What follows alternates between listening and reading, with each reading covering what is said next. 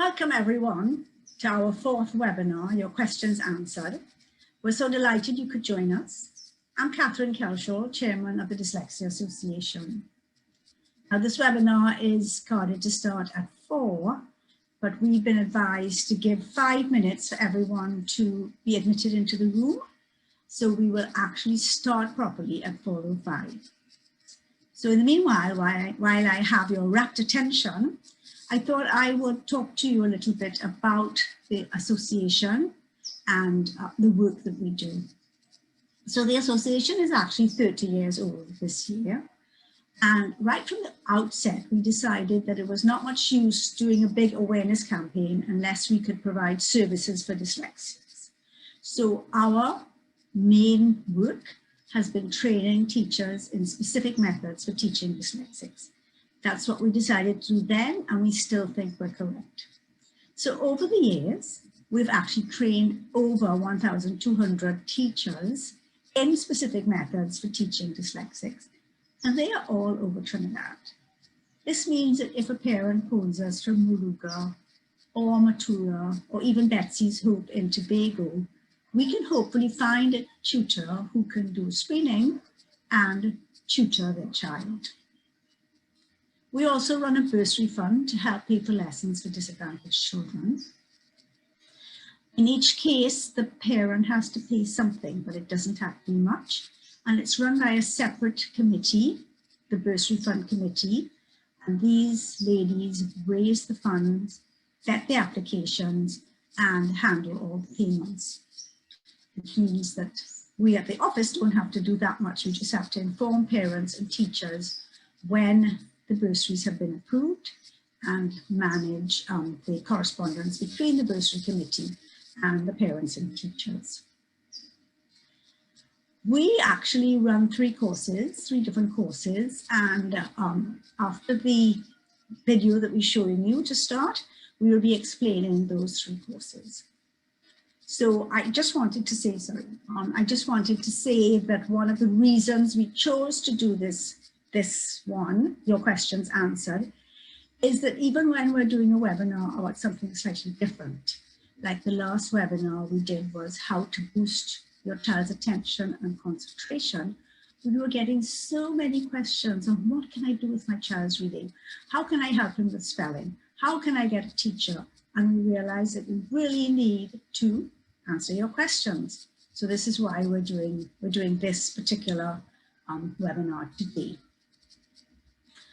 Other than that, we have a wonderful library of audiobooks for children and adults. Our dyslexic children either aren't reading or they're reading books way below their intellectual level, which means that they are falling behind their peers with vocabulary acquisition and comprehension. So that being able to borrow audiobooks and listen to them really is a stopgap measure and actually probably essential for dyslexic children to hear stories, not only through audiobooks, but through parents reading for them as well. There's a lot of research that shows that children who are read to have better vocabularies than children who aren't read to, and better vocabularies means better outcomes in school. So I just urge all of you parents to please read to your children. You could also find audiobooks free online. There's there are all sorts of wonderful free, you just have to Google that, free audiobooks that children can listen to. And you can borrow audiobooks from our public libraries. I'm just checking the time, sorry. Okay. So yes, I was saying we've trained these over 1,000 teachers all over Trinidad.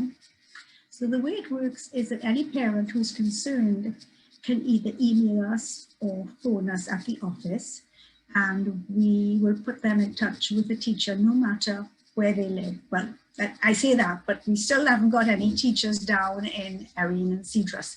But hopefully next year, if we're running our course, if we're allowed to run the courses, we will be able to attract teachers from every little corner. But we do have teachers down in Mayaro and Guayari, and in Central and in the Western Peninsula. So do call us if your children are having any trouble with reading and spelling so that we can help with educational planning and with tutoring. So I see it's 4:05. So we're going to start the webinar properly. So I'm going to welcome everyone who's just joined us. I'm Kelshaw, Chairman of the Dyslexia Association, and this is our 4th webinar in the series, Your Questions Answered. This webinar is funded by the Victor and Sally Mute Foundation. In fact, the Victor and Sally Mute Foundation has funded all our webinars so far. They have been a great support to us over the last 2 years and have helped us put on our training courses as well. So just some house notes. We're going to show a 10-minute video about dyslexia. In this video, you will see 2 Trinidadian dyslexics talk about their difficulties in school and their success now as adults. You will see Dr. Karen Moore discuss dyslexia. You will hear 2 of our teachers talking about the success of the program and how happy the children are once they start lessons with these programs. And then we will talk a little bit about our services and how to access them. Once we've done that, we will then be putting questions to the panel. So at the bottom, I think of most people's screens, there is a chat button and there is a Q&A button. So we invite you anytime you'd like in the chat to say where you're from and whatever you like to do. But when you're ready to pose questions, we ask you to use the Q&A button. If you put your questions in the chat, I promise you, they will get lost in the chatter. So please use the Q&A to post your questions. At the end of our webinar, there's a short survey. It's very short. There's just 4 questions, and we urge you to spend some time to fill that in. It doesn't take more than 2 minutes, but this is going to help us plan future events for you. After the film on dyslexia, we're going to open the panel for discussions and to answer questions. And then we're going to show you a series of films by Isolde Ali Gent Garcia on the difficulties and stresses of online learning. So, and then after that, we open up for questions again. So I'd like to introduce you to the panel. First of all, I'd like to introduce you to Emma Tahira. Emma. Hello, Emma. Emma is our IT girl. She's in the background making sure that everything works. There's a lot that has to go on in the background to get a webinar to run smoothly. So I'd really like to thank Emma for doing this. She's also one of our senior tutors, a tutor trainer, and has been teaching dyslexics for the last 14 years, I believe. Emma, thank you so much for doing this for us. Hi, everyone. Welcome to the webinar. I'm sure it's going to give you lots of really useful information that you can start using with your children as soon as we get offline. Enjoy the webinar. Thank you, Emma. I'd now like to introduce you to Tahira Ramzook. Hello, Tahira. How are you? Hi, good afternoon, Catherine. I'm fine. Tahira is a clinical psychologist who delivers a range of services which include conducting psychoeducational evaluations, co-facilitating group therapy sessions for youth, as well as delivering individual therapeutic services to a wide range of clients. She has also received additional training in incorporating mindfulness techniques in therapy, as well as delivering trauma intervention to children and adolescents. Most recently, Ms. Ramzook has been trained to deliver the NOW programs for reading and spelling, as well as NOW mental imagery for comprehension, which are designed to remediate learning difficulties. So she did those 2 training courses with us. Tahira, we're so delighted that you could join us. Thank you so much. Thank you so much, Catherine, and good afternoon to everyone tuned in this afternoon.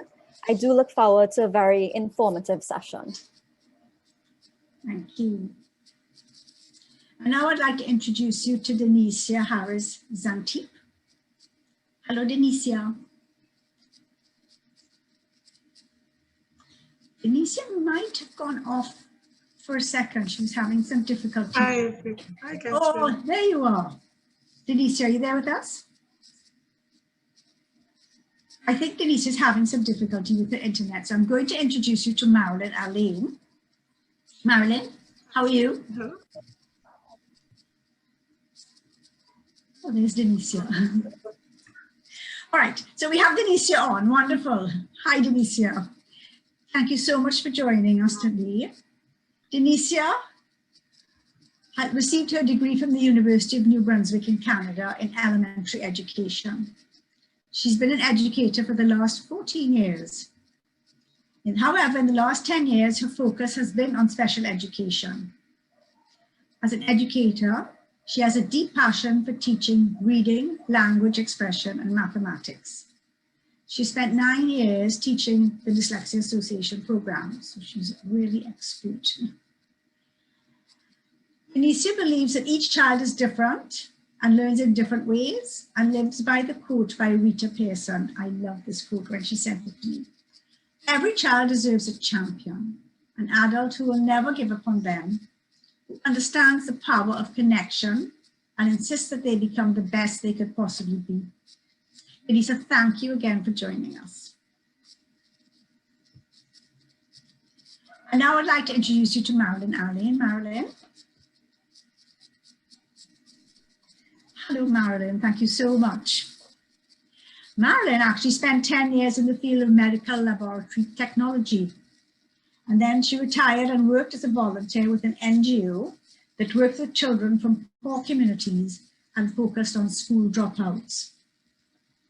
Then she trained with the Dyslexia Association. We were trying to remember, about 20 years ago.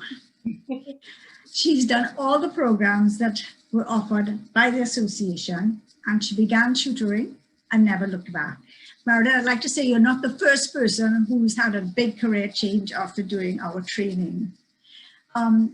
She says she cannot express the joy it gives her to see young people fall in love with learning and become lifelong learners. Marilyn, we're so delighted that you could join us. Thank you so much.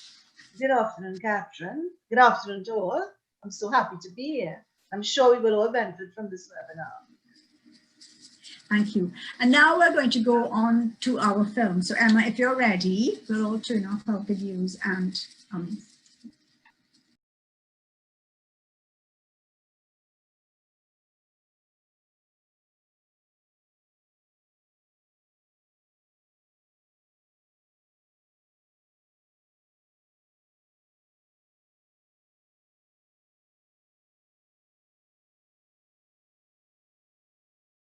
Just imagine not being able to read your child a bedtime story. Imagine being a businessman and you don't have a checking account. Why? Because you can't write a check. Imagine being in a class and everyone is reading and you can't, and you believe that you lack intelligence. This is the reality for 1 in every 10. Why? Because they are dyslexic. What is dyslexia? Dyslexia is a neurologically based condition characterized by difficulty with breaking down and decoding words, difficulty with spelling, and difficulty with accurate and fluent reading and word recognition. There are research studies showing that the brain of someone with dyslexia functions differently in terms of word recognition from the brain of someone who does not have dyslexia. That means that every time a word is seen, it's almost as if it's being seen for the first time. So word memory is pretty weak. That is part of the difficulty, which of course will affect the spelling, will affect decoding, will affect your reading fluency. So at the age of 7, I vividly remember being called on to go and read in front of the class and trying my best in front of everyone, but just everybody tearing into me or laughing and saying what is going on with Niall's reading, and just knowing that something is wrong because everybody else was able to do it. And I hated primary school. I hated school. I hated spelling. I remember in standard 3, every day we used to have to do spelling, and every day I could have made a tummy ache. Just the thought of spelling could have given me a tummy ache and tear me up. Well, luckily I was able to get some teachers that recognized that I was a different thinker. I wasn't your traditional thinker, and they realized that I had all the thoughts, I had all the understanding, I had all the other stuff working up in my brain, but to get that down on paper, that was nearly impossible. Dyslexia is not related to overall intelligence. Many very successful, intelligent, productive people are dyslexic, including many people locally in Trinidad and Tobago. Hi, I'm Andrew Lewis, Trinidad and Tobago's Olympic sailor, 2-time Olympian. And to everybody out there who doesn't know, I am a living testament of someone who has dyslexia. And if you're someone who has dyslexia or think you may have dyslexia, I would like to let you all know that this is not something that will prevent you from being a successful person in life. Dyslexia is not about being lazy, own way, difficult, spoilt, hardened, or any of the above. Dyslexia is not voluntary. It is how the brain is structured and wired. All right, intervention I think is definitely key. It's very cliche to say that, right? But I would not be a mechanical engineer today, I think, if I did not have an intervention. Actually, I wish I had an early intervention. Maybe I wouldn't have such an embarrassing primary school days. Having the intervention, it made me mindful of my situation, understand my strengths, understand my weaknesses, understand my gift of dyslexia, and how it can propel me to be the man that I am today. Through all of this hard work from my teachers, my parents, and the people assisting me with dyslexia, I was able to strive in different areas, like sport, for example. I took the concept of sports because I worked hard in sports and I became successful, and I took that back into the classroom. And that's where my grades started to go up.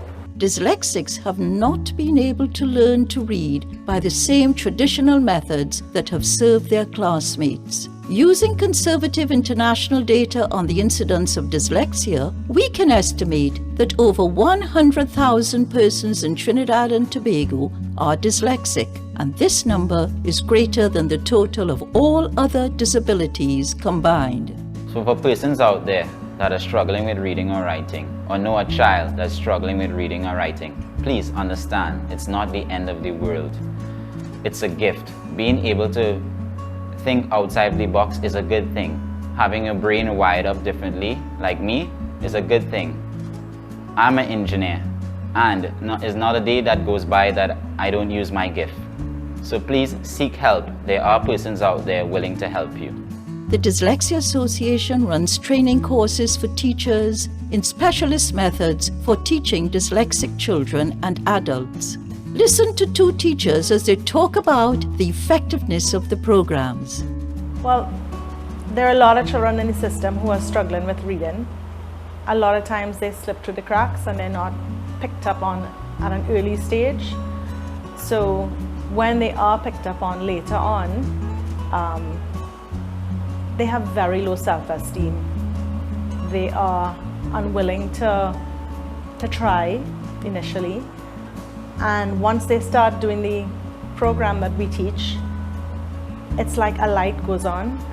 So if teachers are not trained to deal with children who have dyslexia and who have reading problems, and if teachers are unable to identify these problems early, it means that you're going to have more children who will be failing in school. They're going to leave school unable to read, which means they can't get a job. First and foremost, seek help. And in Trinidad and Tobago, you can contact the Dyslexia Association and they will be able to guide you as to the necessary steps you need to take. I, as a teacher, for the past 6 years, have never encountered a child who was dyslexic and I was not able to reach. The methods that we use are sound and research-based. They are multisensory, and they open that door that was closed for that child. You see where the children blossom as they use the different techniques that we share with them in order for them to be successful. It's like they can now recognize things, and they excel and they learn and they want to do more. These are children who are failing in school and reading, and they come to me and they don't want to leave. They are passionate about what they're doing because they get it, they're finally getting it, it makes sense. The rules that we give them help them to figure out, to decode this maze of letters that are thrown at them that make no sense before. And then suddenly everything starts making sense. And so they want to come. The Dyslexia Association is a volunteer organization which was formed in 1990 by a group of parents and teachers who were concerned for their dyslexic children. The association is a registered charity and the only group in Trinidad that trains teachers in specific methods for teaching dyslexics, puts parents of dyslexic children and adult dyslexics in touch with teachers for the tutoring they need, helps to educate the community about these often misunderstood learning differences, and provides a library of resources. It is our aim to work with the Ministry of Education to have specially trained teachers in every school. The association is supported by donations from corporate Trinidad and Tobago and private individuals. The Dyslexia Association is here to help. If your child is experiencing difficulty with reading or spelling, we can help with getting assessments or the tutoring that may be needed. If you're an educator and would like to learn how to teach dyslexics, please contact us. And finally, if you're in a position to help or support this work, we would appreciate it. The more help we get, the more we can inspire confidence in our children. The Dyslexia Association, 31 Alberta Street, Whitbrook, Port of Spain. Telephone 625-5869. Email us at info@dyslexiatt.org or visit our website at www.dyslexiatt.org. Find us on Facebook, Dyslexia TT.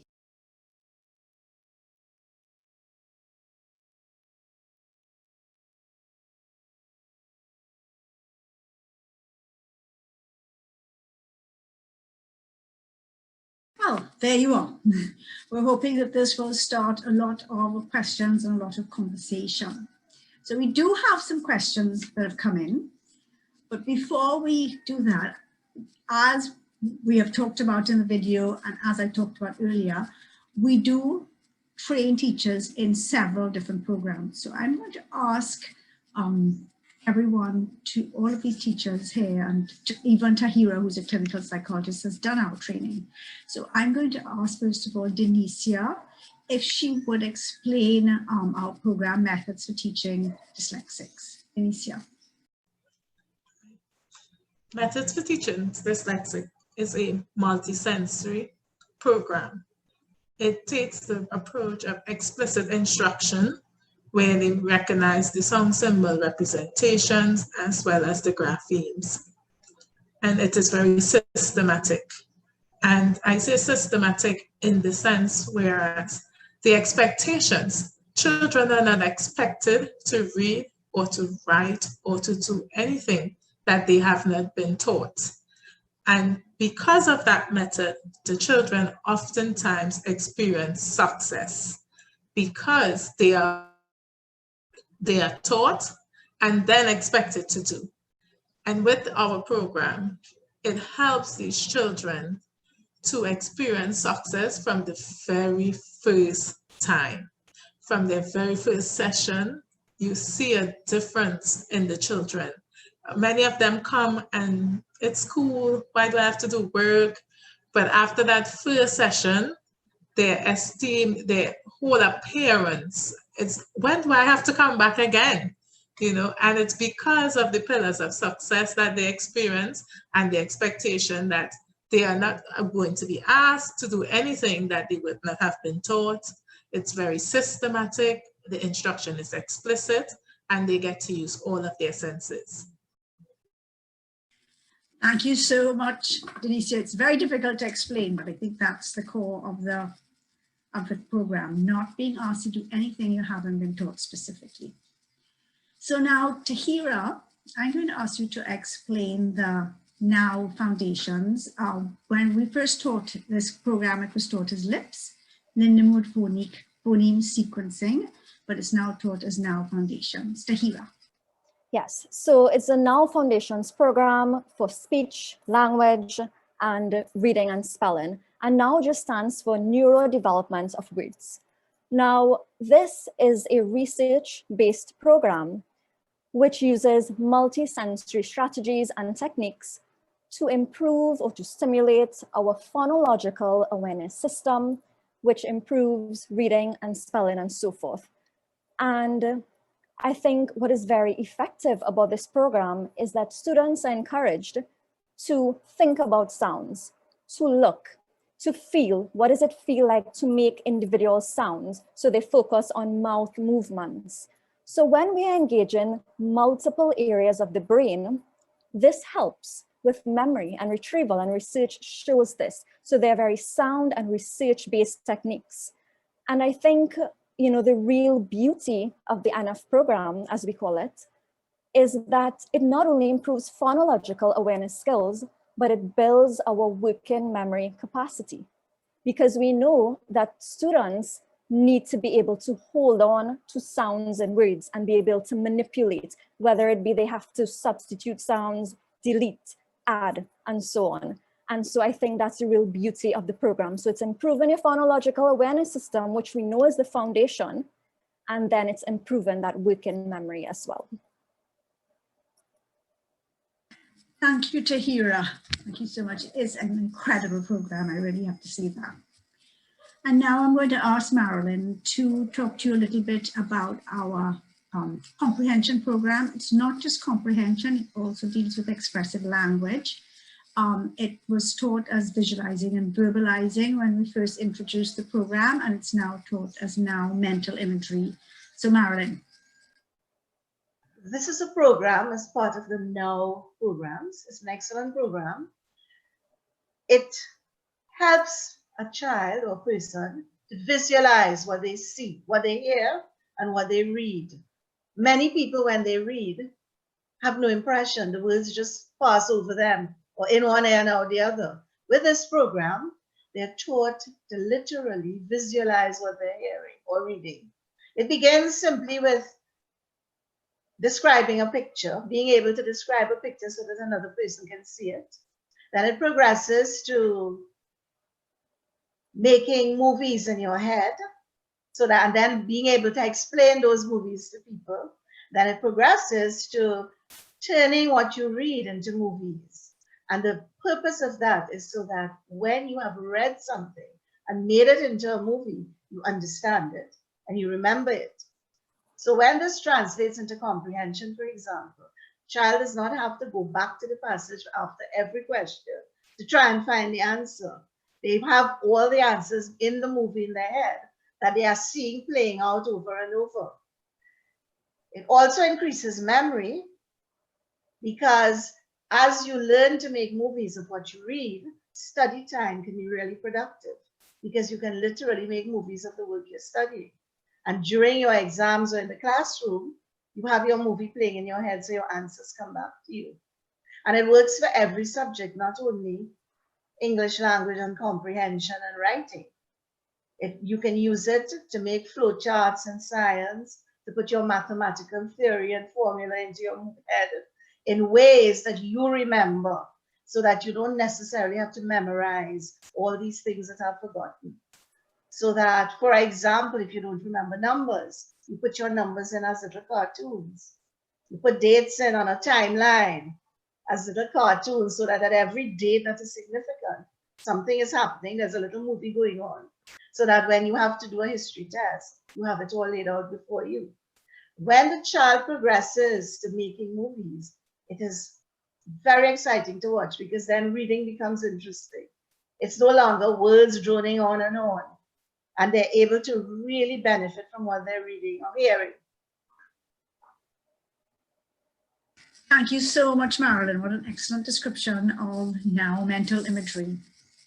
Now, I have a question for Tahira. Tahira, low self-esteem has always been a challenge for my son due to his ongoing struggle with reading. Most recently, he has been diagnosed with developmental dyslexia, and I'm not sure if he should be aware of this. How can I address this as well as build his self-confidence? Okay, so great question. So I'm hearing two parts to this question. And well, first of all, I see that this child has been recently diagnosed with developmental dyslexia. And this parent seems to want to know, should I let him know? And then the second part of it is, how do I build his self-confidence? So first to begin, research shows that children with dyslexia or other learning challenges do struggle with their self-esteem. So it's known. And we would have heard that in the introductory video as well, where that would have been mentioned. Now, what I would say is the first thing you want to do is, yes, you want to let this child know, of course, using age-appropriate language, that they do have dyslexia. And sometimes we may need to enlist the help of a mental health professional to guide us in that process if we're not too sure how to go about doing this. So you want to let this child know using age-appropriate language. And more than that, you want to instill hope. So you want to let this child know that there are strategies, there are techniques that you can learn to improve your skills. So I think that is very, very important. The second thing I want to say is, upon getting a diagnosis, you want to ensure that your child receives appropriate intervention. And we've heard throughout this webinar so far that early intervention is key and super important. So you want to ensure preferably that your child is enrolled in a program that uses multi-sensory techniques. So we're engaging multiple parts of the brain, which we know improves memory and retrieval. And lastly, what I would say is we want to encourage this child to participate in activities that they're already good at. Because we have to remember that kids need to taste success. And so encouraging active participation in activities that they're good at, whether it be music, sports, arts and craft, whatever it may be, we want them to engage actively in these activities to really build that self-esteem. Gosh, thank you so much, Tahira. Well done. I have a question for Denicia. I have a student, he says the sounds in a word, but then says a random word. What steps can I take to assist him? My suggestion to help with this will be to play rhyming games, play word play. I would suggest that you do phonological awareness activities where you play with songs. So for example, you can play a game called I Spy using songs. So I, and you say d, g. And the child will then have to say the word dog. And the more you play these types of games, the child will be able to retrieve the songs as well as blend the words together to produce the word. And in the same way, you can also play games where the child will hear the entire word dog and have to separate the songs or segment the songs into its individual parts. And the more practice that the child gets using those skills, they will eventually achieve the skill.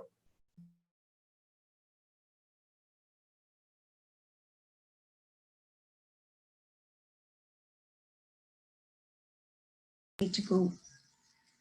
I have a question for Marilyn. Why do students in secondary school need to study phonics? After all, they had to read and spell in order to pass the SE exam.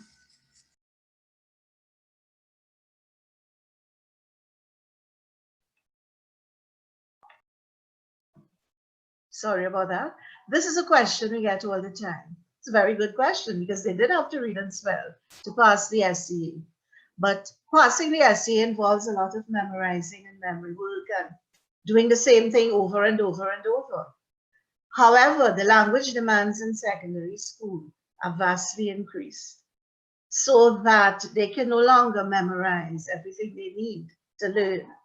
And if they're spending all their energy trying to decode a word, trying to spell a word when they have to write, school becomes very frustrating and very exhausting. And pretty soon they're going to tell you they don't like school anymore. And you're going to see the results slipping and failing. And children lose their zeal for studying. However, if they're taught phonics in a way that is appropriate for their level, it's like if you're giving them a key to a door that they know was there all the time, could never really open. And everything begins to make sense. And the more they work at it, the more successful they become. And they get very enthusiastic about it because it suddenly seems as if this is what was missing all the time. And as they begin to read better, they begin to write better, their language skills improve on all levels, and it carries over into every subject. So school is no longer just exhausting and frustrating and tiring. So that if a child is struggling or is hiding from reading, school becomes like a nightmare, you know. You're just hoping that you're not called on to read anything in public. That can't work for 7 years. So the phonics program can really help, and often the teenagers can complete what should be a 3-year program in a year and a half as they get involved in it. Because you only teach what they need to learn. A lot of what they need to know is already locked up in their brains and they couldn't access it. So the remediation helps them to access that information. The syllabication skills they learn makes reading and spelling easier. It's worth it. Thank you, Marilyn. I remember as a child reading this story, and the heroine was Penelope. Of course, I couldn't read it. So she was just P in my head. I just knew that that was that lady. But wouldn't it have been wonderful if I'd had this phonics instruction? I could have broken it up and read Penelope. Would have been great. Tahira, I have a question for you. Are the features of phonological dyslexia amplified by stress? I've seen my son spell words correctly at home and then spell those words incorrectly or not recognize them or say them correctly in assessment or even in speech therapy. Tahira. Yeah, so that's a great question. Now, what we know is that when we are very anxious or stressed out, we have, and we like to refer to it as our worry brains at the office. And kids and parents are like, we teach them this concept about the worry brains. And we know when this is triggered, the thinking part of the brain, which is the prefrontal cortex, shuts down. So think about it as going offline. So if your thinking part of your brain is offline, it's almost like your brain flips its lid, and so feelings take over. And we know that if feelings take over, then we're not able to think logically and clearly. We're driven by emotions and feelings. And so it is very possible that a child who we have to take into consideration, if this child is already struggling to read and to decode and sound out individual words, it could make them feel very anxious. And so it is very possible that stress can amplify, and you can see some of the features, especially under test or examination conditions. What I want to say as well is that if the problem persists, now, first of all, you want to ensure that this child is, again, receiving the right intervention, because we know with the right intervention, a child's skills will improve, their self-esteem would be boosted, and of course, it should reduce some level of anxiety. So that's number one. Secondly, I would say if it persists, so if we see that the stress and the anxiety is becoming, I would say, debilitating, you may want to seek professional help to help this child manage the anxiety and his emotions in a healthy way. Thank you. Your answer made me think about Niall Dolly that we saw in the film and those tummy aches. And I think what we have to understand about tummy aches is that they are rare. Those psychosomatic tummy aches are real. They really hurt. So it is caused by stress. So we have to look out for children who feel sick every day when they have to go to school. That's telling us something, and we need to investigate.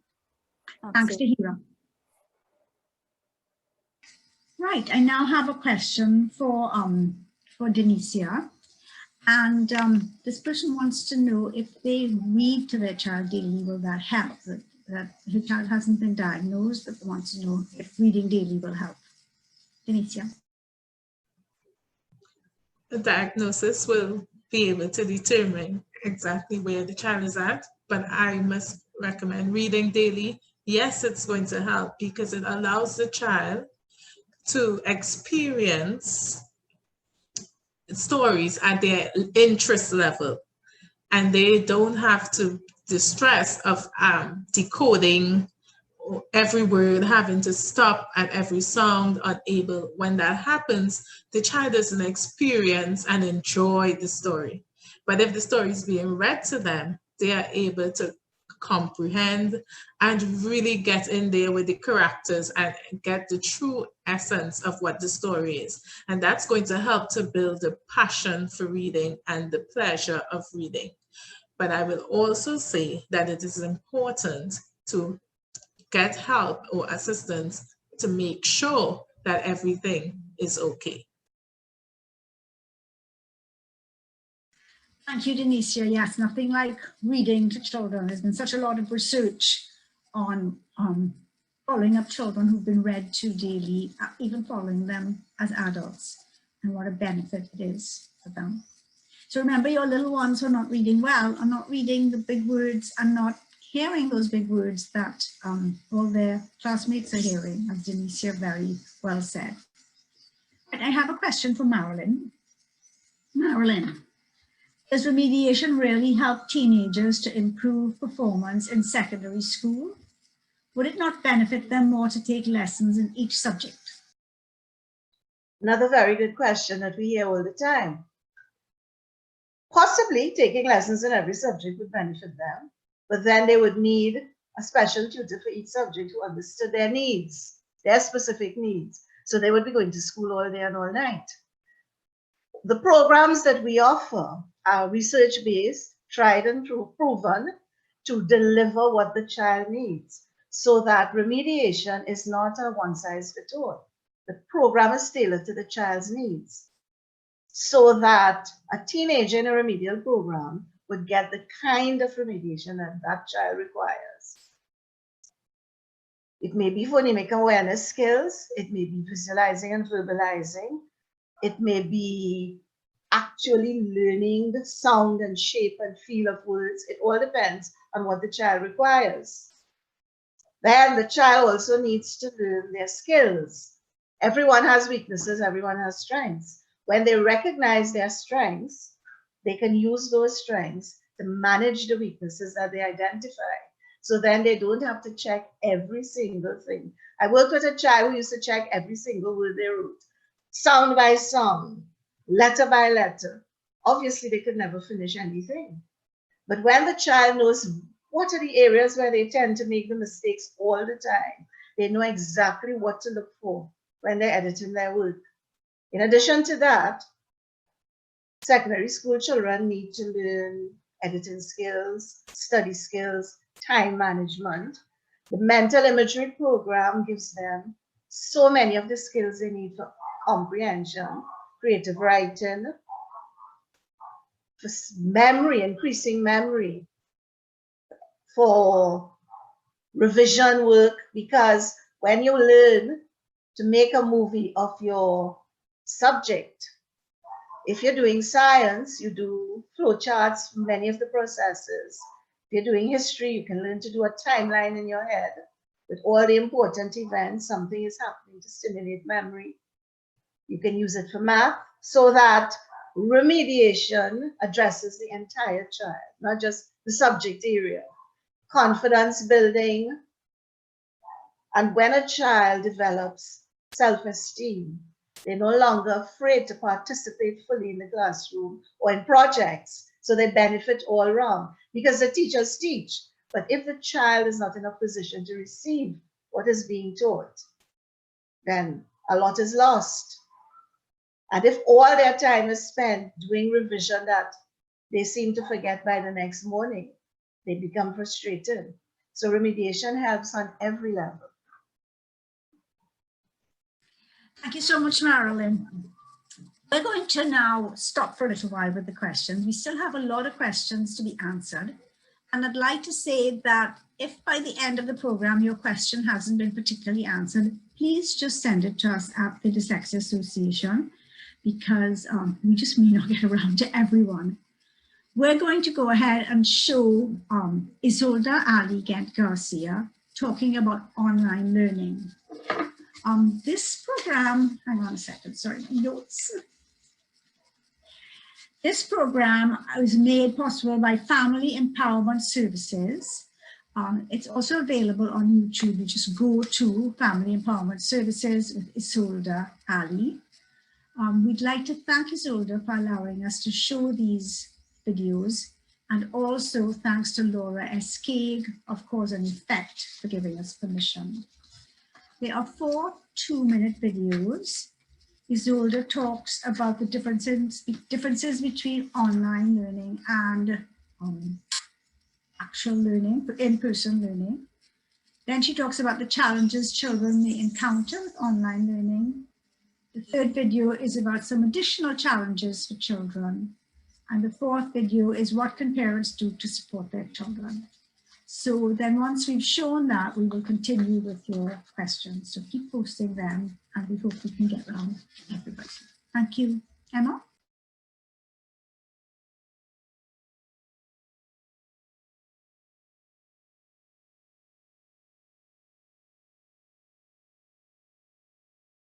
You know, anytime you start something new, there's an expected learning curve that you're going to go through. You're going to make your mistakes and you're going to learn through it. But because we're under the gun now to get this done, they don't have that. So they have to rapidly learn this. They have a short time to master it, and then they have to teach their students how to learn it.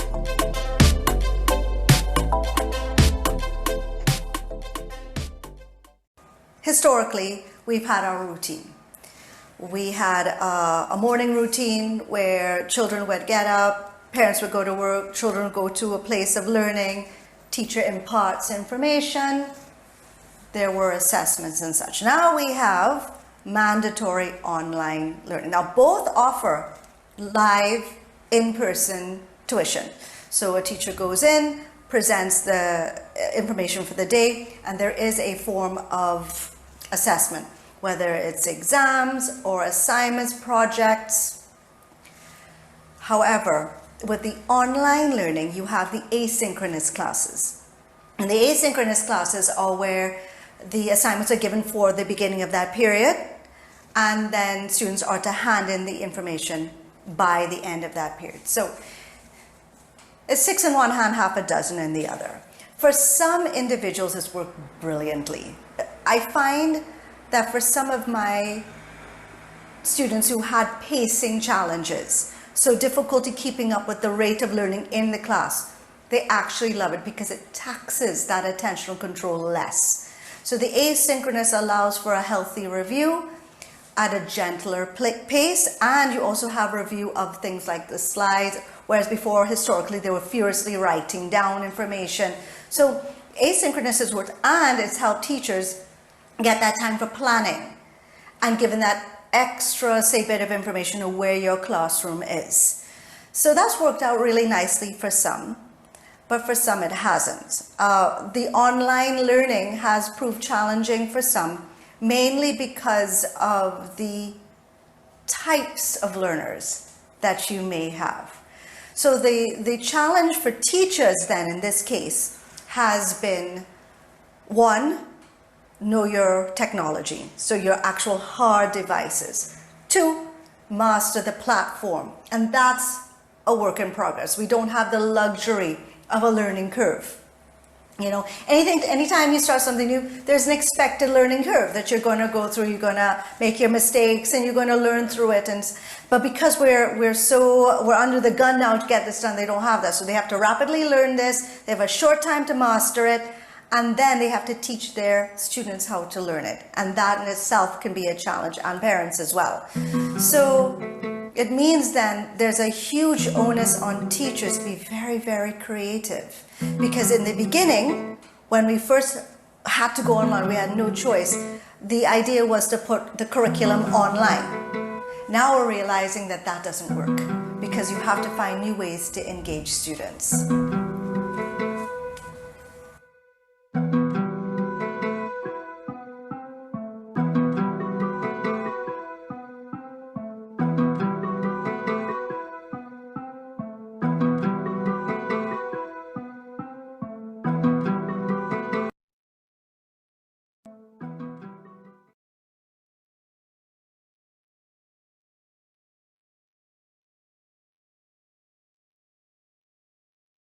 I was assessing a little fellow, and he was telling me, he said, you know, Auntie, when I used to be in class, I would do the work, hand it up to miss, and go and play. Now, I have to go and do the work, I have to take a picture of the work, I have to upload it, and I have to remember to hit send. Auntie, I forgot to hit send, and I got into trouble.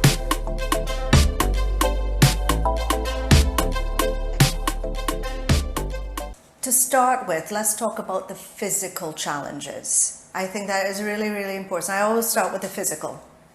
When you're talking about the basics, many families don't have the technology. And it's difficult to fathom the extent to which we have challenges with children having access to their physical devices.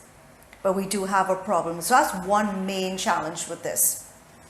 So before we had places of learning and students were to get to school, and that had its own challenges there with transportation and getting uniforms and such, right? We still have those challenges. We still have challenges with making sure that children are appropriately clothed and fed. That never stopped. But now, do they have the devices to go? Because they no longer have a physical place to go. So that is one, the technology and access to the technology. Number two, do they have the understanding of how to use the platform? So case in point, I was testing a little fellow, and he was telling me, he said, you know, Auntie, when I used to be in class, I would do the work, hand it up to miss, and go and play. Now, I have to go and do the work, I have to take a picture of the work, I have to upload it, and I have to remember to hit send. Auntie, I forgot to hit send, and I got into trouble. So it's a frustration for them. They have the devices, but now they have to learn the platform. They have to remember each step. So it's a change. So there's vying for devices in family. There's that physical space. Not everybody has a room to themselves. Not every family has a room designated per child. We have sometimes multiple children in one space. So that in itself, with the distraction and the talking and the different curriculums and different expectations, that is. So the tedium. Then you have to look at your child as their unique person. What type of learner is your child? Is she visual kinesthetic? Is she a mover? Is she a shaker? Online learning, at least in the beginning, when we went straight from trying to teach in person to going online, teachers were trying to present the curriculum as they did in a class. It didn't work because it was, for some, I should say, worked for some, didn't work for others. Because it was much more difficult for children who needed that experiential learning to retain. And it became tedious and boring and just overwhelming to sit at a screen for hours and hours and hours. So that in itself was difficult for them. There was the demotivation. When you sit in class, there's normally some kind of payoff. A job well done. Thank you very much for handing in the work. Excellent job, great. Oh, you know what? A consequence. Where's my work? How come you didn't do items 2, 3, and 4? Okay, well, you know, you're going to have to do it for homework, or you're going to have to stay in a class, or you're going to get detention. So there were natural consequences to it. So the motivation to get it done was was changed. And then there's a difference between class rules, traditional class rules, and the rules at home. So you're used to home being home, school being school. You go into the class, there are the expectations, there are the rules. You've known it since you went into infant one. Now, your parents are responsible for making this time class time with those traditional rules and then home time. So that transition alone was quite difficult there as well. The movement breaks were lacking. The movement breaks. So what was happening is that when children got their break, say they got a 10-minute break or a 5-minute break, they were going on screens. In school that wasn't allowed. You had to go outside and play. So just some of those transitions made it difficult.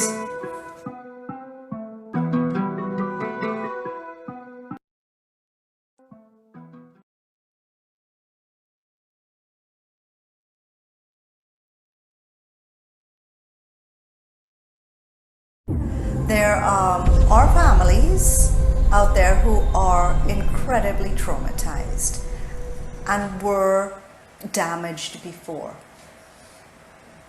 School allowed for there to be a boundary. They allowed a child to leave somewhere that was dysfunctional and to go to somewhere safe.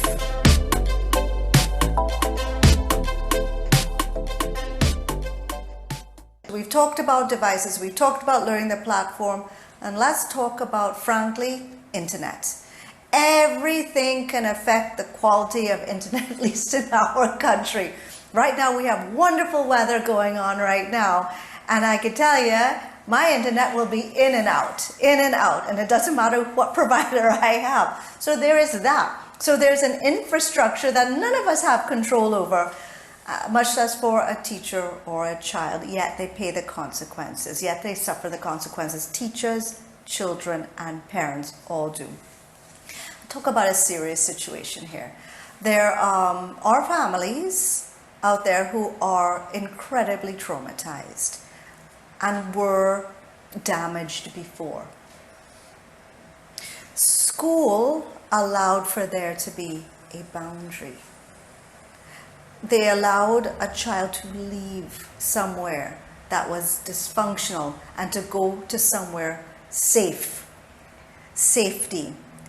With that gone, everybody's at home. And the rise in trauma, in violence, in emotional and physical abuse has gone on the rise. So it has been very, very challenging for some to be able to concentrate when they don't get a break and they are constantly in the line of fire. So families have suffered financially, their interpersonal relationships have suffered there, and this is where some of the challenges are.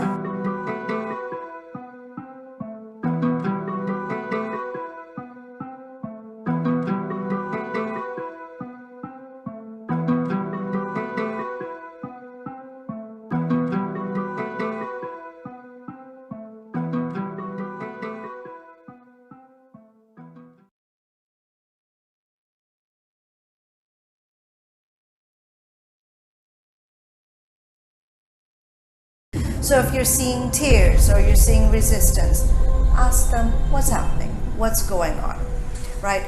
Is it the platform? Is it that you don't know how to use? Because this comes up a lot with my students, my clients, that they just think that I don't know how to work it, it keeps blipping in and off, I pressed the wrong thing, the whole test went blank, I had to start over, Auntie, I don't want to start over, and that's just a source of frustration.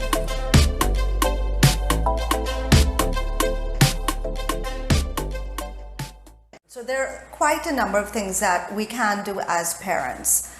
Starting with, of course, ensuring that your children have the devices and the know-how, then, if you will, to work with the platforms and knowledge. And so let's start with, apart from the physical aspect of it, which is very, very important, ensuring that they're comfortable, ensuring that their little legs are on the floor while they're working.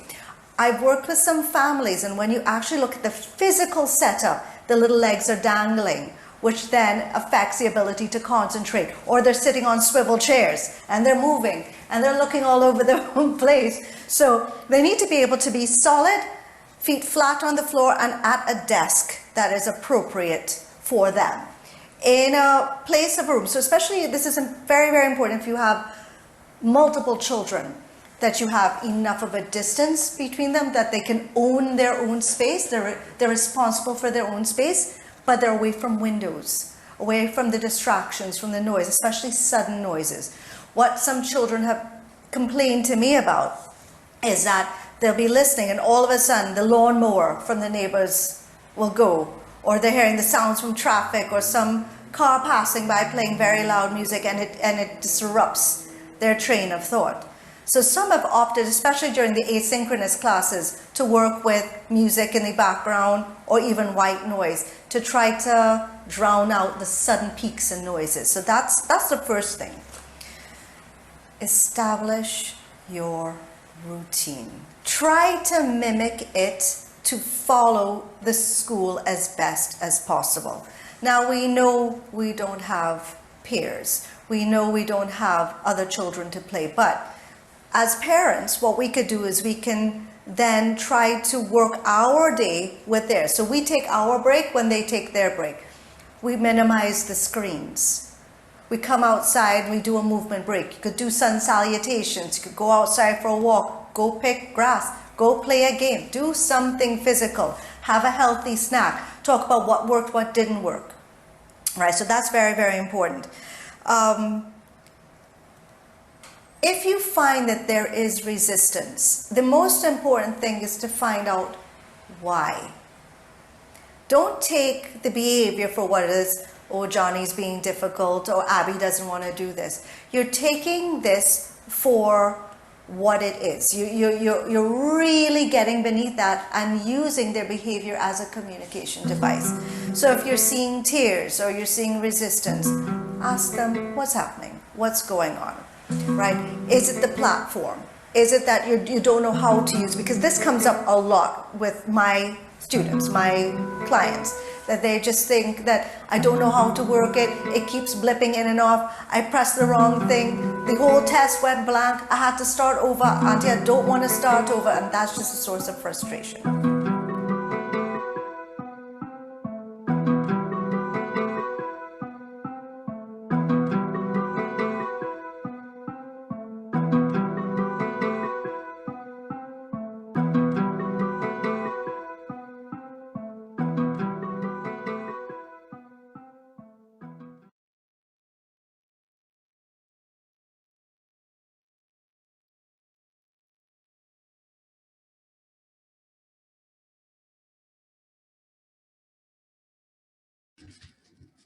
This is so opportune with all of this online learning our poor students have to do. I'd like to say that these 4 videos are actually part of an 8-part series, but they weren't all ready yet. So if you'd like to continue looking at the series, do go to YouTube, and it's Family Empowerment Services with Isolda. Easy to find, I checked it out. Now I have a question for Tahira. Tahira, there's actually 2 questions. How was it diagnosed? And the other question, how do I know if my child is dyslexic? So much the same thing, Tahira. Sure. So when we look at diagnosis, it's a very thorough process. Now, of course, there are screenings that you can do, but oftentimes we like to do what we call a psychoeducational evaluation to give us an understanding of a child's strengths and weaknesses, because that's the goal of a psychoed, as we call it. Now, what we know is that a lot of times learning challenges, it exists with other developmental disorders and so on. So for example, we may have a child with dyslexia who may also have ADHD and so on. So when we do a psychoed, it really gives us a very clear understanding of how this child's symptoms are manifesting and how it may be affecting functioning. So we look at several things. We look at the child's history, we take observations, so the clinician's observations, and of course we administer a battery of tests, which looks at several aspects of reading, comprehension, writing. And when we're doing a psycho-ed, we also look at graphomotor skills. We look at attentional control and so on. So there are many things and factors that we look at. So it's a very thorough process.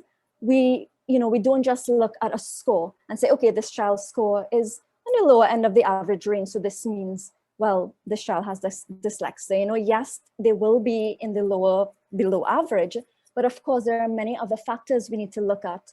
Of course, we may need to rule out hearing and vision problems. Is it that this child is genuinely not hearing sounds or not seeing because of those problems? So there are several factors, and a trained mental health professional should be able to do a psycho-ed.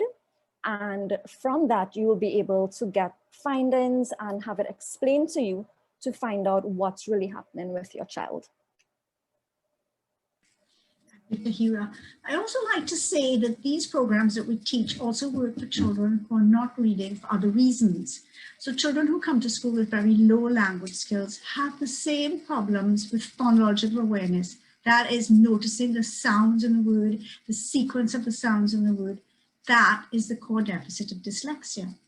Children who've had some undiagnosed hearing loss, like maybe they had glue ear or sticky ear, and it wasn't diagnosed, and so for the first 2 or 3 years of their life, they weren't really hearing properly, also will have reading problems because of the same phonological awareness problems. They can't analyze the words into their separate sounds. So it's the same programs that work with these children as well as with dyslexic children. I have a question for Denicia. Where is my question? Sorry. How can I help my dyslexic child with spelling? He tries to sound the words out, but it doesn't work for many words. He just has to memorize them, and he has great difficulty with this. Some tips will be appreciated. Denicia? Hi, Catherine. Okay, so spelling, in the first instance, you can use patterns so that the child would have been taught the particular patterns. However, there are some words that the vowels don't play fair, or parts of the word don't play fair. For instance, if you think about the word said, the SS and the D says the, but the AI in that word doesn't say anything close to what A or I would say. So in that instance, the only part of the word that that child really has to commit to memory or to work out of how to remember that part will only be the A and the I, because the S is playing fair and the D is playing fair. So for instance, and when the child gets those words, you go through each word at a time and you look at the parts of the words that are not playing fair and have the child work on different activities so that they would remember that part of the word that is not playing fair. They're having to multi-sensory and writing on chalkboard, I know, or even going outside and writing on the pavement with the big chalk and getting those movements in and helping them to bring that motor skill, and so that they would be able to remember and that muscle memory will kick in there. So when the child has to write the word again, they would remember it. Playing in sand with rice and writing those words, using those multisensory activities to help the child to work out those words. Thank you, Denicia. I have a question for Marilyn. I've been looking at this question for so long, I can't even remember if I've given it to you, so let me know. Tips for improving writing skills. She's talking about her son. He has a lot of ideas, but difficulty getting them down on paper, especially in respect to grammar, punctuation, and capitalization. Marilyn? Well, we don't know what age, but I think this works for all ages. First of all, he needs to decide what he's going to write about so that all the ideas don't keep crowding his head. And you can list the ideas just in point form. And then he writes what he wants to say about each idea. And then you use the sort of rhyme, COPS, the language COPS, COPS. The C cup comes out to check for capital letters. The O cup comes out to check for the overall appearance. I mean, did you rub off properly? Did you write a date? Are the numbers in the right place? All these little things. The S cup checks for, the P cup checks for punctuation. The S cup checks for spelling. And the cups check everything that you've written. So every time you've written a paragraph, an essay, whatever, the cups come out, do their job, corrections are made. That's one way of doing it. Another method is, after it's been written, to read it aloud and hear what it's really saying. Because when you read silently, your brain tells you what you think you've written, not what you've actually written on the paper. Sometimes it has to be read aloud for the child. So another pair of eyes reading it aloud so that the child actually hears what is on the paper and say, no, that's not what I want to say. These are little methods that can work all the time. This is an older child. The brainstorming would have to be a little more detailed. So it depends on the age of the child.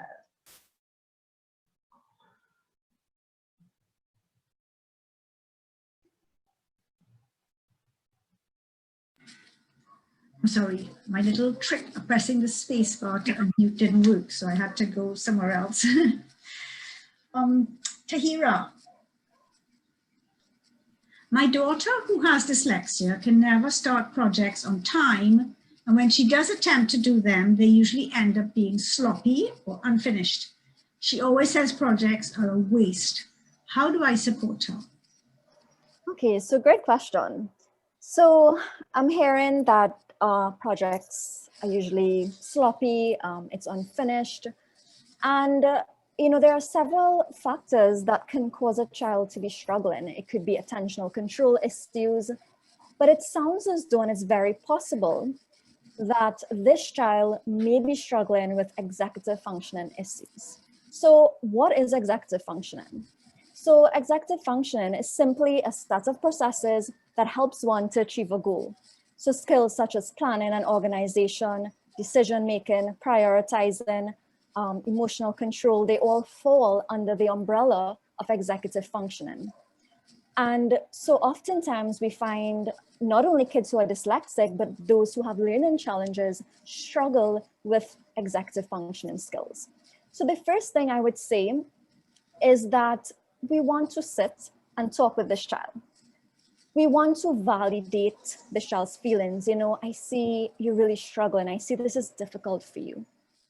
What is the most challenging part?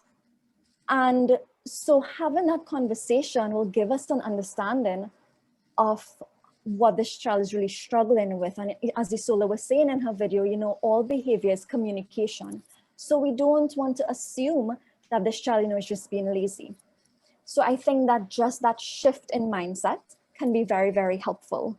So let's say, for instance, and to put it into context, you know, this child has a geography project and they're required to construct a volcano. So you may want to help them break down that project into smaller components, which I think makes it more palatable. And they feel less overwhelmed when it's broken down. So we may have to teach them how to do that.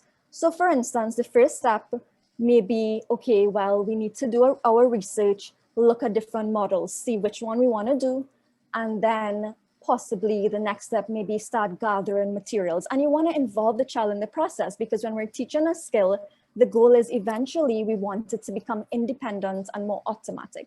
But at first we need to teach, we need to scaffold. And so we enlist, we make sure that they're involved in the process, and we teach them how to break it down into smaller components. What I want to say as well is that oftentimes kids struggle with time management. So we want to teach them how to set timelines for each part of the project so that they can monitor their progress, ensure that it's finished on time. And then lastly, we want to teach them to check over their work. Self-monitoring is super important. It's a skill that a lot of times kids struggle with. So being able to evaluate their own work, where are the mistakes and so on. So I think, you know, those are just some ideas that you can try when you are trying to assist a child with organization and so on. Thank you, Tahira. There's so much. I have a question for Denicia. Is it normal for a 7-year-old to write numbers back to front, say 4 to 1 as 14, for example?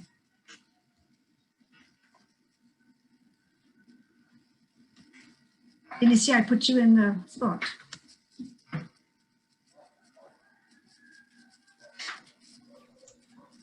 Oh, hi. Are you right? Okay, yes. So developmentally, up until the child is 8, sometimes they may experience writing reversals. However, if it persists beyond the age of 8, and the child has great sense of directionality and was taught how to write these letters or numbers, then if it goes beyond that, then you should check and get help from a professional. However, it is important, because even me, up to today, when somebody says, go left, I still, have to hit that finger there to check to make sure, am I going in the right direction?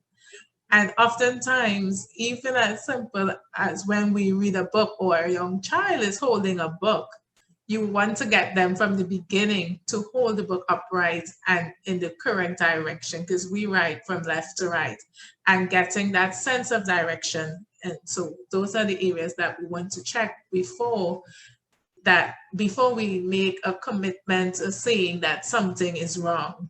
And the best person that will be able to help us and to guide us along that way would be a professional, such as the psychologist. Thank you, Denicia. I have 2 questions for Marilyn. They are pretty well the same kind of question.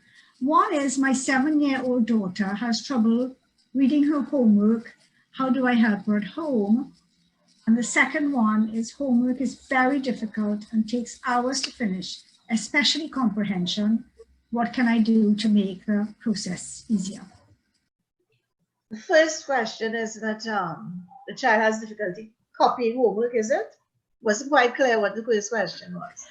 She has trouble reading her homework. How do I help her? If she has trouble reading her homework, we have to assume she has trouble reading, because the homework would be whatever is being taught in class. So if she has trouble reading the homework, if it's legible, it means she's having trouble reading everything that's being taught in class. So having established that, I would suggest a screening by a professional, or depending on the age of the child, a proper psychoevaluation by an educational psychologist, and then professional help. But in the interim, read the homework for the child, so at least the child will know what they're supposed to do. And possibly that's why homework takes forever too, because the child cannot read whatever it's supposed to be done, doesn't understand what he or she is reading. So that in the first instance, read for the child. So read the instructions, read whatever it is, so the child can actually understand what she's supposed to do. But I would suggest getting professional help at some point. Also, reading to the child. Half an hour every day, reading something interesting and exciting to help the child understand how language flows. These things will all help, but I would recommend a professional evaluation in the first instance.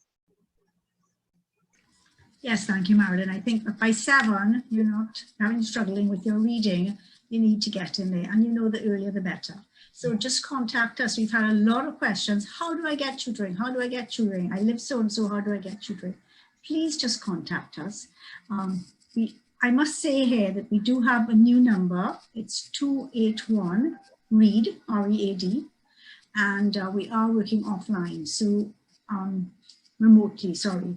So that means we're not always in the office to pick up your messages on our landline. So it's better if you use 281-READ, R-E-A-D, and we will organize screening or tutoring in your area for you.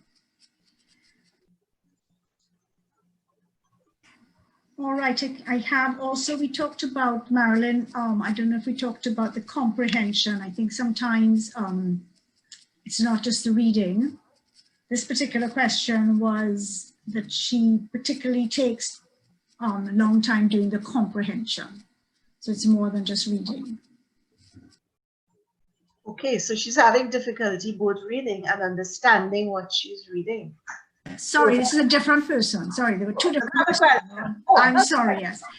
I beg your pardon. Together. I put them together because I thought it was just help, and I think parents will realize how much they might need to help.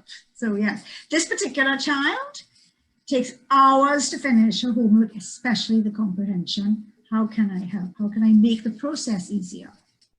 Okay, to answer the question asked, to make the process easier, you need to read the comprehension for the child. Let the child read it. You read it again for the child. Let the child tell you what the story is about or what the passage is about. So you get a sense if the child has understood what the comprehension passage entails. And then read the question for the child and let the child tell you what the answer is. And if the answer is way off base, don't let the child write that. You need to read it again or explain something, because you cannot answer questions if you don't understand what the passage is saying. And depending on how long the passages are and how long it takes, if these methods have to be done every single time, you need to get professional assessment too, because most likely the child is, if the child is reading well and not understanding at all, there might be language processing difficulties underlying there. The child is not understanding what the words are, just like strings of songs that not making sense. And you need professional help if that's the case. So I would suggest in a case like that, get a screen done, get professional assessment, see what kind of remediation the child may need to enhance that process. In the interim, you read.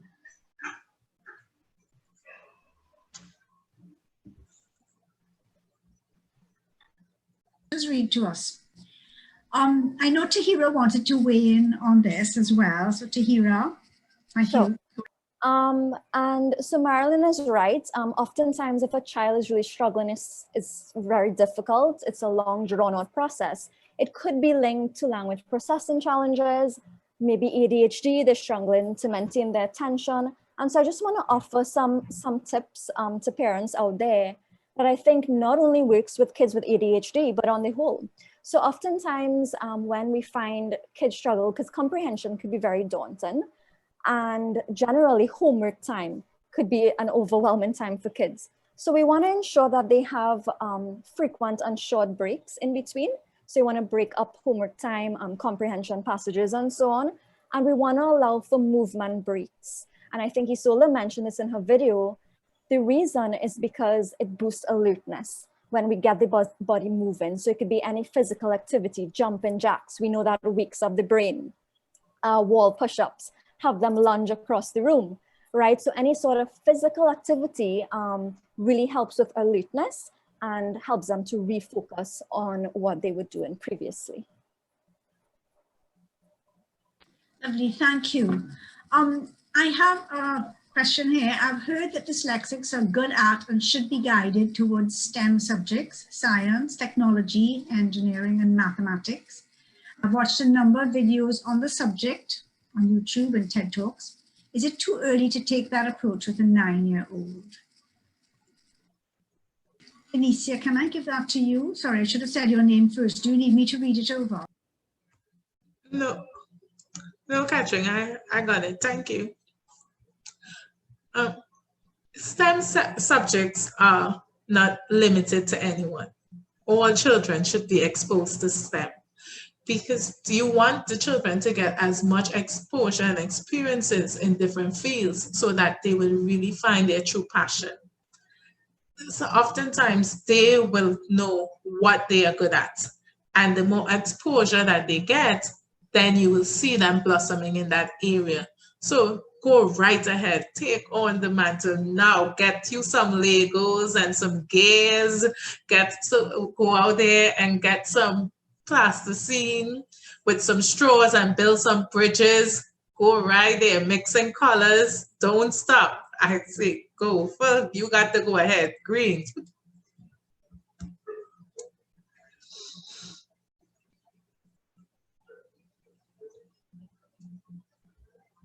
Right, thank you. I have a request to Marilyn. Could you just go over the meaning of the COPS in COPS? Thanks. COPS, picture the language cops, dressed like policemen, 4 of them. The C cop with a big C on his chest is checking only for capital letters. Are all the capital letters where they're supposed to be? The O cop comes to check for the overall appearance. Did you write the date? Are the numbers lined up? Did you erase and nobody can see what you wrote over it? So right through. The P cup, big P on his chest, punctuation. And in order to use the P cup, the child must know what punctuation marks are being used. So that could always run through them at the beginning of the lesson. Remember the punctuation marks we need up. And then the S cup checks for spelling. So you run through and look for words that don't look right, words that have to be respelled. COPS. Capital letters, overall appearance, punctuation, spelling.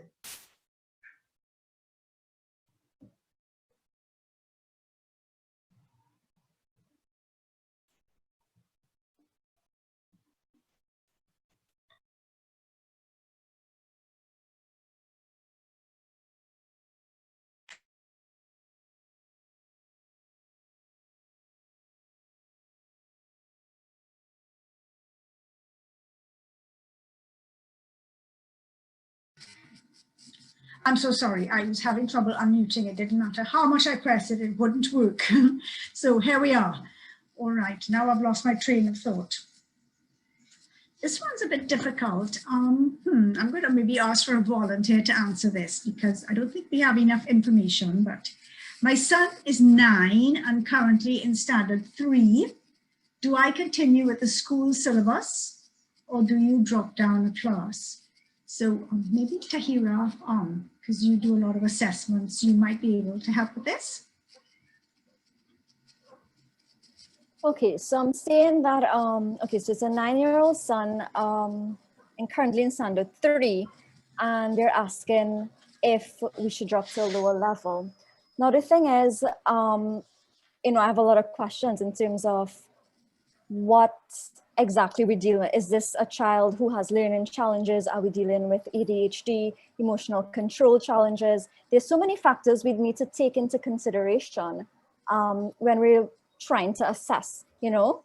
But what I would say is, if it is that this child has not been assessed, I will strongly suggest that you get a psychoeducational evaluation done, because there are so many things we need to take into consideration before we can determine whether or not, you know, we should do a lower level and so on. So I think guidance from a mental health professional with all the information, because there's so much we need to take into consideration, the child's history, our observations and so on. So that's what my suggestion would be. Thank you, Tahira. There's also the emotional, the child trauma of dropping down the grade. Might be better to repeat the grade than to actually just leave his friends and go down the grade. Can you imagine? Yes, but definitely you need professional guidance with this. You need to see exactly where this child is and how much stress he's under. All right, Denicia, this is quite a long question. This is our last question because we almost come to the end. How does one distinguish between the carelessness of a 9-year-old and the typical features of dyslexia? I ask firstly because I assume that even dyslexics can be careless. As a parent, the response to carelessness would be different from something which appears to be features of dyslexia to something outside his control. So carelessness and dyslexia. Carelessness. How do I address this? Okay, so the children, you can see if it is consistent, if it is across the board in everything that the child is doing, you see the same mistakes happening, then that's a red flag, that's something. But depending, you have to understand what is the situation, at what was happening at that point in time. What happened just before you saw that behavior or you saw that mistake? Was the child under stress? So there are a number of factors that will play in determining whether or not it was carelessness or if it's something else. And if you're seeing that it is happening over and over and over, please do not wait. Get help. Call the Dyslexia Association, or and they will be able to give you a contact for an educational psychologist, or depending on the situation, once we get further information, I'm sure they will be able to give you the guidance that is needed. Please don't wait. Thank you, Dyslexia. And I'd like to say, as we're coming to the end, that there are several ways to get an assessment. The Ministry of Education does have the student support services, and schools should be referring children who are having more than unusual difficulty in school to get an assessment. So if you're worried about a child, approach the school. You can also call the association at 281-READ, and we can arrange for a screening test. So this might be sometimes the first step, or it can even help you make a case with the school that they should then refer the child to the student support services.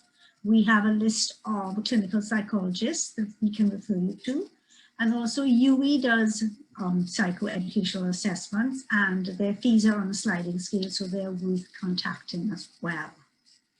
So we've come to the end of our webinar. It's 5:31. I'd like to thank everyone for joining us. I'd like to thank our panelists, especially Denicia Harris-Antip, Marilyn Allen, and Tahira Ramzook. I'd like to thank Emma Teixeira for making sure things went smoothly. And I'd like to thank you all for joining us today. Please do take a moment to fill in the survey so that we can plan for you for next term. We've found that the webinars are a great way of reaching people, especially now in COVID times, and we would like to plan the things that you would like to hear. So thank you again for joining us, and have a wonderful evening and the rest of the weekend. Bye-bye.